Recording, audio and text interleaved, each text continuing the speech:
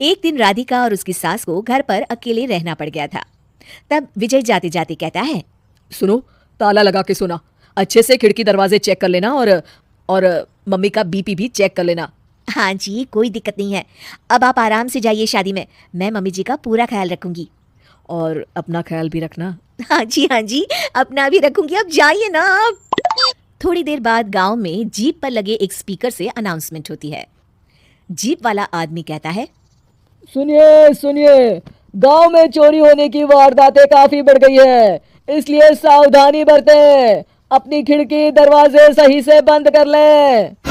अरे राधिका, सुना तुमने? मुझे तो बड़ी घबराहट हो रही है। नहीं मम्मी जी, आप घबराइए मत, मैं हूं ना। मैंने सारे खिड़की दरवाजे बंद कर दिए हैं, और कुछ भी होता है तो पुलिस का नंबर तो है ही मेरे पास। अच्छा, मेरी तो सांसें तेज चल रही है बेटा। एक तो ये विजय भी घर पर नहीं है। मम्मी जी, वो भी जल्दी ही आ जाएंगे। मेरी अभी फोन पर बात हुई थी। आप बस रिलैक्स रहिए। उधर दूसरी तरफ दो चोर रात में गांव में चोरी करने का प्लान बनाते हैं। दोनों सास बहू अकेली है उस घर में। अच्छे से पता लगा यानो। हाँ, कोई और नहीं है घर पर। अच्छा मौका है हाथ साफ करने का। अरे वाह, अब आएगा मजा। देर रात को जब सब कुछ सुनसान होता है, दोनों चोर गांव की तरफ निकल जाते हैं। अरे कौन सा घर है? वो कोने वाला, तुम बस मेरा पीछा करो। ठीक है। दोनों दबे पांव बचते बचाते राधिका के घर के बाहर तक पहुंच जाते हैं। ये सास बहू बड़ी चालाक है, कितना कस के सब बंद किया हुआ है, एक भी खिड़की नहीं खुल रही। चोर खिड़की खोल ही रहा होता है कि तभी बिजली जोर से कड़कती है और चोर डर जाता है। राधिका की सास भी चौंक कर उठ जाती है। राधिका भी उठ जाती है। क्या हुआ माँ जी? घबराइए मत, मैं आपके पास ही हूँ। तुमने कुछ आवाजें सुनी?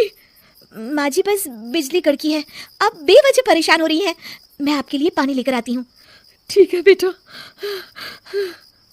राधिका जैसे ही पानी लेने के लिए उठती है, उसे खिड़की से चोर की परछाई दिखती है। ये देखते राधिका थोड़ा घबरा जाती है। वो अपनी सास को इशारा करती है। उसकी सास भी चोर को देखकर डर जाती है। शांत हो जाइए मम्मी जी।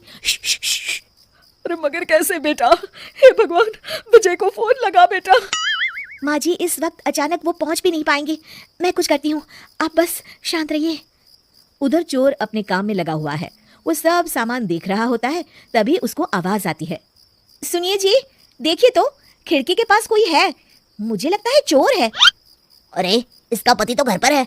नहीं, वो बाहर गया हुआ है। मैंने उसे खुद बस से जाते हुए देखा था। तो ये बातें किससे कर रही है? राधिका जानबूझकर जोर जोर से बातें करने लगती है। सुनिए जी, जल्दी आइए ना बाहर, मुझे पक्का शक है कि घर में कोई घुस आया है।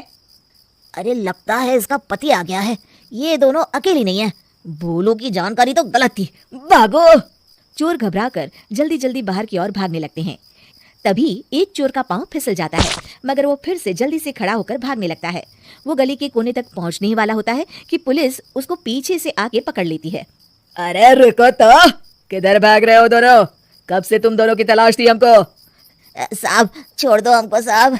हमने कुछ नहीं किया। अच्छा, तो इतनी रात को क्या यहाँ जॉगिंग करने आए थे? हवलदार, दोनों को हथकड़ी लगाकर गाड़ी में बिठाओ। तभी पीछे से राधिका भी आ जाती है। मैम, आपने बड़ी बहादुरी दिखाई। अगर सभी आपके जैसे नीडर नागरिक हो तो कितना अच्छा हो। सर, आपको मेरी सासू माँ ने फोन किया था, उनका ही आइडिया था ये। हाँ, और चोर को डराने का आइडिया तो राधिका का था। बहुत ही समझदार और नीडर है मेरी बहू। चलिए, आप दोनों का ही बहुत बहुत शुक्रिया। आपने इन चोरों को पकड़वाकर देश की मदद की है। और हाँ, पुलिस स्टेशन आकर अपना इनाम जरूर से ले लीजिएगा। और अगले दिन विजय शहर से आ जाता है। वो अखबार में तस्वीर देखता है जिसमें राधिका और माँ इनाम ले रहे होते हैं। माँ, आपको कोई चोट तो नहीं आई है ना?